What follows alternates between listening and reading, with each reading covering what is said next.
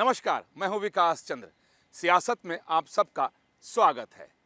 बात करेंगे राष्ट्रीय स्वयंसेवक संघ बीजेपी और राष्ट्रीय स्वयंसेवक संघ की जो सालाना बैठक इस बार केरल में होने जा रही है, उस बैठक का नाम है अखिल भारतीय समन्वय बैठक।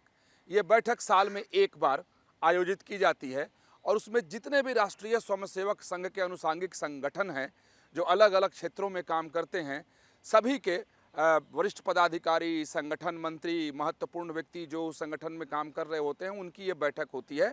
और इस बैठक में पूरे साल भर की तैयारी होती है, रोड मैप पर विचार होता है। तो आपके जेहन में ये सवाल उठ रहा होगा कि आखिर इस समन्वय बैठक का महत्व क्या है और फिर बीजेपी कैसे है।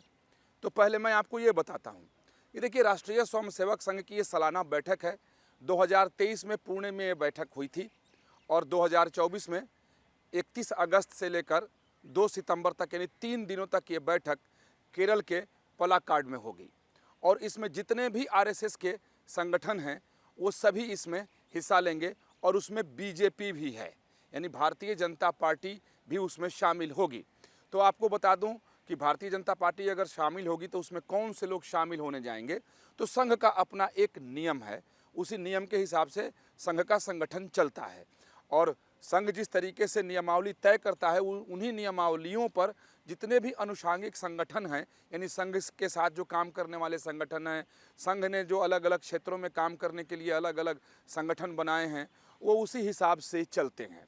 तो लगभग 32 संगठन इस समन्वय बैठक में हिस्सा लेंगे और उन सभी 32 संगठन के जो संगठन मंत्री होते हैं या फिर सह संगठन मंत्री होते हैं या उसके जो मुख्य पदाधिकारी होते हैं, वो सभी लोग इसमें हिस्सा लेते हैं और बीजेपी भी उसमें से एक है।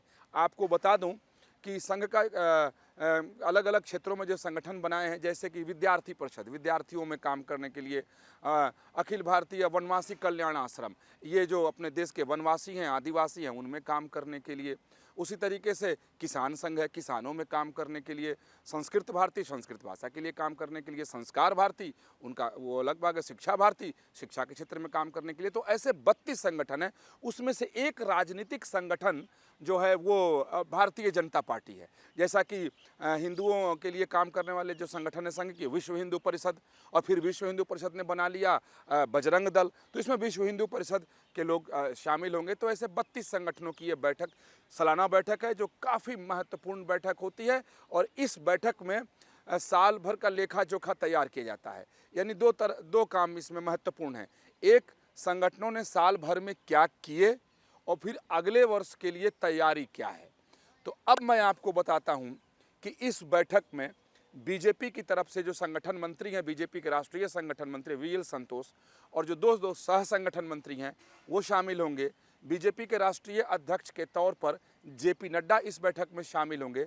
साथ ही अगर संघ जरूरी समझे तो किसी और भी बीजेपी के पदाधिकारी को बुला सकता है, लेकिन सामान्य तौर पर संगठन मंत्री, सह संगठन मंत्री और पार्टी अध्यक्ष ही इस बैठक में शामिल होता है। और मैं आपको ये भी बता दूं कि जब संगठन मंत्री जिस विशेष बैठक में होता है तो फिर उसमें अध्यक्ष नहीं होता है, और जब अध्यक्ष होता है तो उस समय संगठन मंत्री जरूर होता है। तो आप इस महत्व को समझिए कि संघ में संगठन मंत्री का महत्व ज़्यादा है, और वैसे भी बीजेपी का जो भी संगठन मंत्री होता है वो संघ का ही होता है।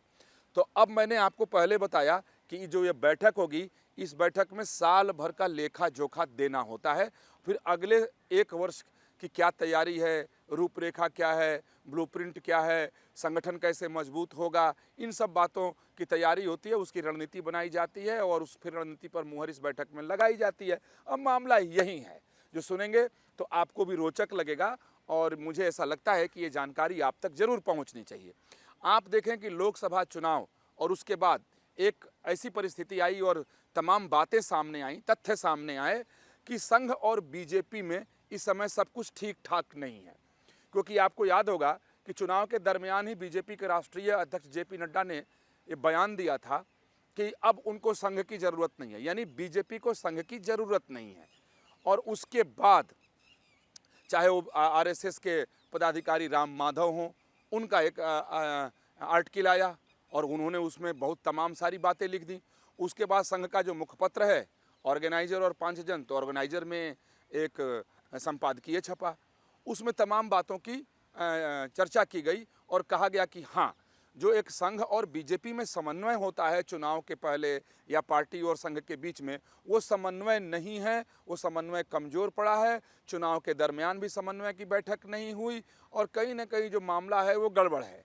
और यहाँ तक कहा गया कि संघ को पूछा नहीं गया, संघ के पदाधिकारियों की मर्यादा नहीं रखी गई, उनकी प्रतिष्ठा नहीं रखी गई। और ये बात बिल्कुल सत्य है, आप भी जानते हैं और ये राजनीतिक जगत में ये बातें कही भी जाती हैं और अनुभव भी किया जाता है कि भाई संघ अगर संघ ना चाहे तो बीजेपी में पत्ता भी नहीं ले, क्योंकि बीजेपी की शक्ति ही संघ है। संघ का जो संगठन है वही असल में बीजेपी के लिए जमीन पर उतरकर चुनाव के दौरान काम करता है। वैसे बीजेपी आज ये दावा करती है कि दुनिया की सबसे बड़ी पार्टी है, सबसे ज़्यादा लोग उसके साथ जुड़े हुए हैं, सबसे ज़्यादा उसके साथ कार्यकर्ता हैं, बावजूद इसके संघ का संगठन बीजेपी के लिए मैदान में उतर के काम करता है और कहीं ना कहीं दूरी बढ़ी थी। और इसीलिए लोकसभा चुनाव में ये देखा गया कि संघ जो है वो चुनावी मैदान से बाहर था। और जब लोकसभा चुनाव यानी 2024 की चुनाव की मैं बात कर रहा हूँ, जब परिणाम आया तो कहा गया कि देखिए संघ मैदान में नहीं उतरा तो बीजेपी जो टारगेट लेकर चल रही थी वो बीजेपी वो टारगेट अचीव नहीं कर पाई, बीजेपी पीछे छूट गई। और बात भी सत्य है, क्योंकि इस चुनाव में संघ के कार्यकर्ता और संघ के पदाधिकारी मैदान में नहीं उतरे और जो लोग उतरे थे वो अपनी इच्छा से उतरे थे और अपने व्यक्तिगत आधार पर वो लोग मैदान में आए थे। और फिर बाद में जिस तरीके से आर्टिकल लिखे गए और संपादकीय लिखे गए या उसके पहले जो जेपी नड्डा का बयान था, तो एक दूरी दिखाई दे रही थी। हालांकि बाद में बीजेपी को एहसास हुआ कि नहीं, संघ के साथ जो दूरी बनी और एक बयान से गलतफहमी पैदा हुई, उसका गलत संदेश गया तो उसका राजनीतिक नुकसान उठाना पड़ा। तो फिर से कह सकते हैं कि बीजेपी संघम शरणम गच्छामी हो गई, यानी संघ की शरण में एक बार फिर चली गई। और अब इस जो सालाना बैठक है, अखिल भारतीय समन्वय बैठक, जिसमें 32 संगठन के सभी पदाधिकारी शामिल होंगे और जब भी कोई मौका आता है तो 32 संगठन के, उन 32 संगठनों के साथ अन्य भी संगठन हैं और उन सभी संगठनों को अगर जोड़ दिया जाए तो उनकी संख्या बहुत ज़्यादा है। जैसा कि जो जानकारी मेरे पास है कि वो संख्या 48 तक पहुंचती है। तो जब भी कोई एक ऐसा काम आता है तो जब अगर संघ कहीं खड़ा है तो ये मानकर चलिए कि वो 48 संगठन एक साथ खड़ा है।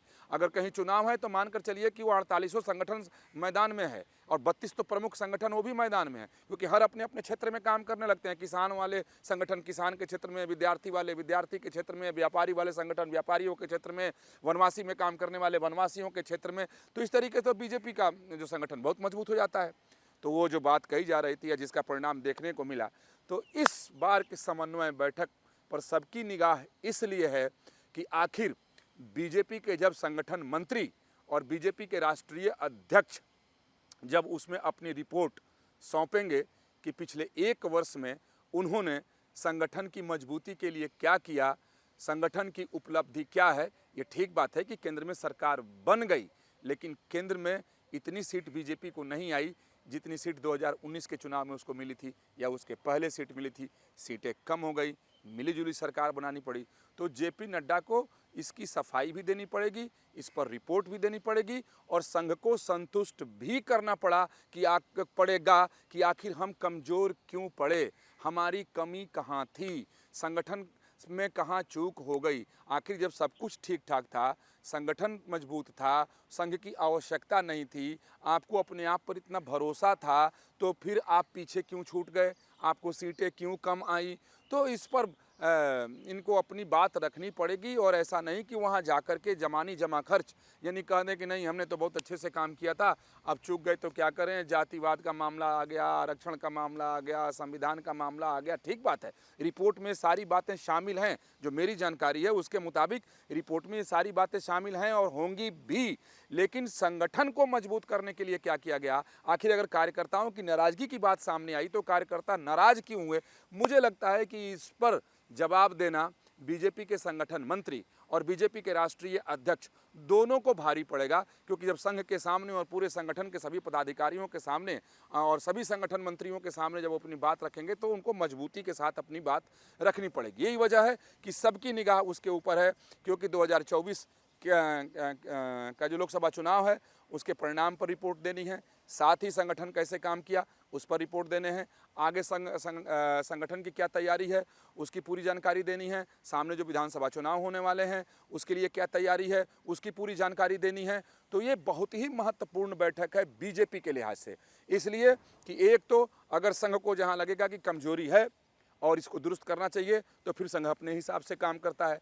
तो बैठक के बाद ये तथ्य सामने आएंगे कि संघ क्या कुछ करता है और ये अपनी रिपोर्ट में क्या कुछ रखते हैं और किस तरीके से संघ को संतुष्ट करने की कोशिश करते हैं, क्योंकि संघ आसानी से न तो किसी बात से संतुष्ट होता है और न ही आसानी से और समान तौर पर किसी बात को उनकी तरफ से रिजेक्ट कर दिया जाता है, क्योंकि संघ बहुत ही संतुलित ढंग से काम करने वाला संगठन है। अपने किसी भी व्यक्ति को न तो नाराज करता है, न किसी व्यक्ति पर शक करता है। अगर दायित्व तो देता है तो उसके लिए वो इंतजार करता है कि कैसा परिणाम निकलकर सामने आता है। तो ये काफ़ी महत्वपूर्ण बैठक है जो समन्वय बैठक केरल के पलाक्काड में होने जा रही है 31 अगस्त से लेकर के 2 सितंबर तक।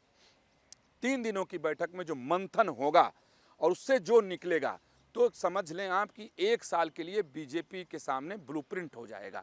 यानी जो संघ कहेगा कि आपको किस ढंग से काम करना है, किस रास्ते आपको जाना है, संगठन के लिए क्या कुछ करना है, और उसमें ये भी बात सामने आएगी जो बहुत ही महत्वपूर्ण है। मैं आपको बता दूं, हालांकि इसके पहले की एक वीडियो में मैंने चर्चा की थी, आप तक वो जानकारी पहुंची होगी कि बीजेपी के जो अभी वर्तमान में राष्ट्रीय अध्यक्ष हैं जेपी नड्डा, वो एक्सटेंशन पर है। उनका कार्यकाल पूरा हो चुका, कार्यकाल बहुत पहले ही पूरा हो चुका था।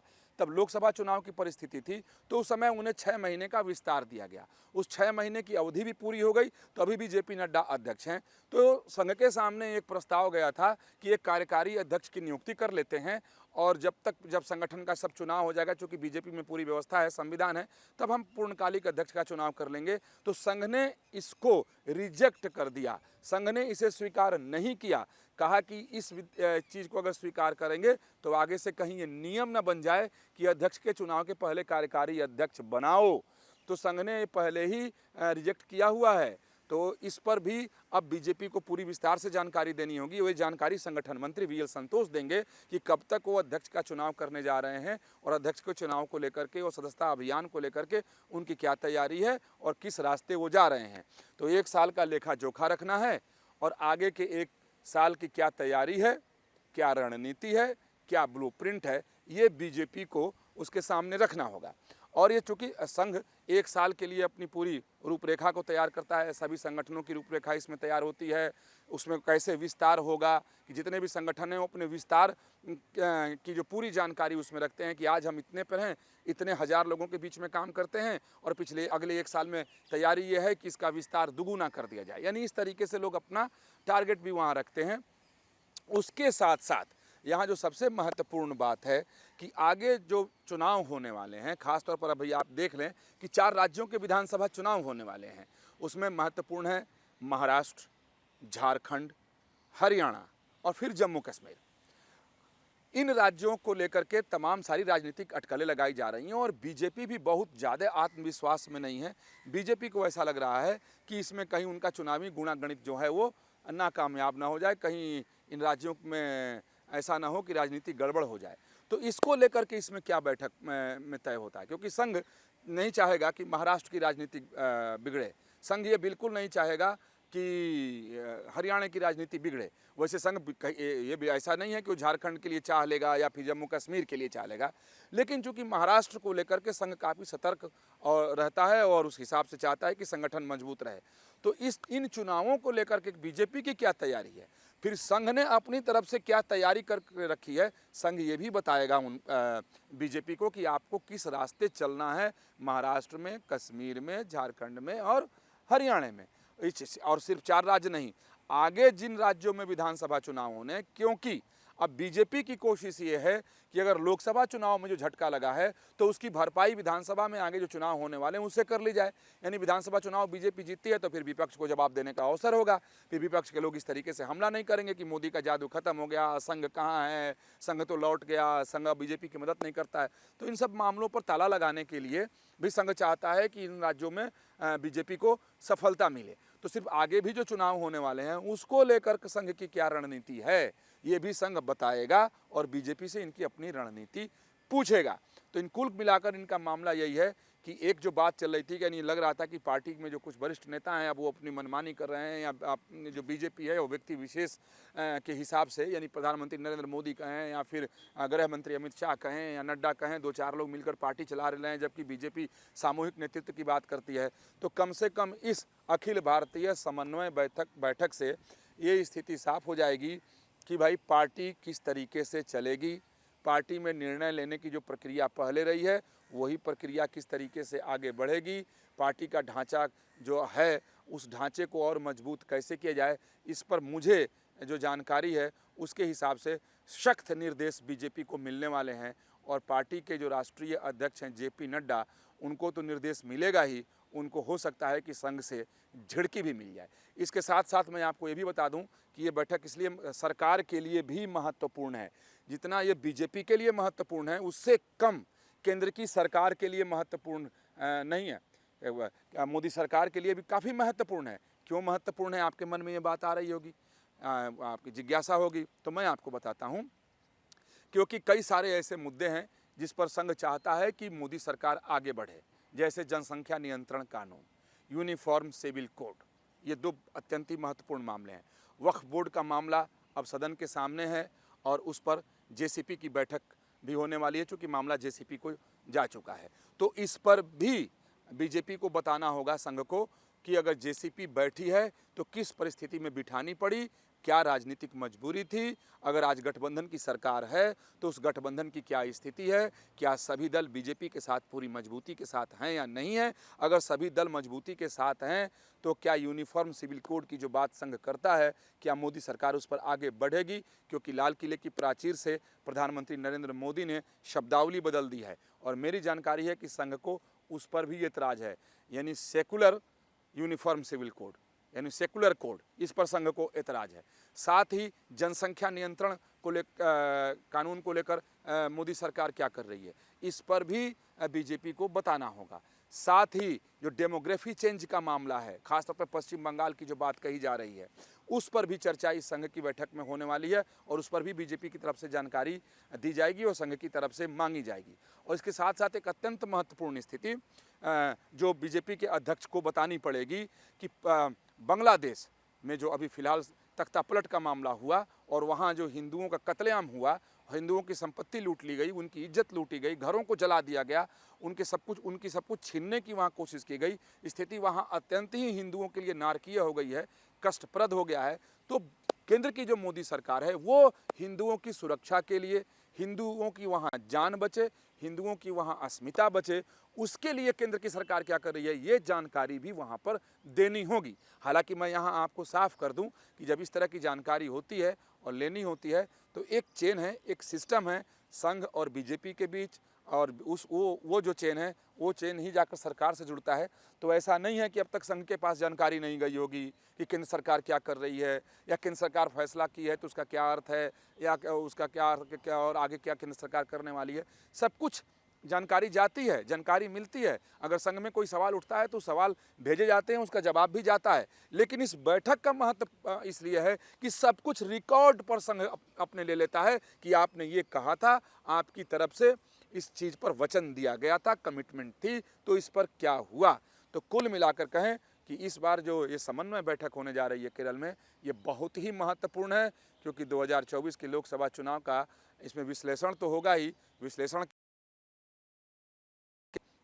नाम बताना उचित नहीं है कि पोस्टमार्टम किया जाएगा कि आखिर आपकी गलती कहाँ हुई और बीमारी कहाँ थी और आपने इलाज क्या किया। साथ ही आगे की जो रणनीति बनेगी, तो अब तक जो ये जा रहा था मैसेज, संदेश कि भाई कुछ लोग निर्णय पार्टी में ले लेते हैं, तो अब वो स्थिति नहीं रहेगी। अब सामूहिक नेतृत्व में ही फिर से निर्णय लेकर पार्टी को आगे बढ़ना पड़ेगा। और उससे भी ज़्यादा महत्वपूर्ण कि अब कार्यकर्ताओं को नज़रअंदाज नहीं करना होगा। अगर संघ की जो बातें आएंगी तो फिर वो बीजेपी के लिए बाध्यकारी हो जाएगी। और संघ की तरफ से जब कोई निर्णय होता है और संघ अपने निर्णय से जब बीजेपी को अवगत करा देता है तो वो बीजेपी पर बाध्यकारी हो जाता है। ऐसा नहीं होता है कि बीजेपी माने या ना माने, यानी हाँ आपने सुझाव दिया, ठीक है, अच्छा लगा तो मान लेंगे, अगर ठीक नहीं है तो नहीं मानेंगे। ये ऐसी स्थिति नहीं होती, ऐसी परिस्थिति पैदा ही नहीं होती। संघ ने कहा तो उसे मानना ही है। तो अब देखना है कि इस बैठक में संघ बीजेपी को क्या आदेश और निर्देश देता है कि उन्हें आगे करना क्या है और किन रणनीतियों पर संघ की मुहर लगती है, क्योंकि आगे उसी रास्ते बीजेपी को चलना पड़ेगा। और बीजेपी भी चाह रही है कि संघ एक बार फिर से मजबूती से काम करे, ताकि अगर कमी सामने आई है तो वो दूर हो जाए। इसलिए ये बैठक काफ़ी महत्वपूर्ण है और आपकी भी और हमारी भी निगाह इस बैठक पर है कि इसका निष्कर्ष क्या निकलता है। तो चलिए फिर मिलेंगे कुछ नई जानकारी और कुछ नई सियासी बातों के साथ।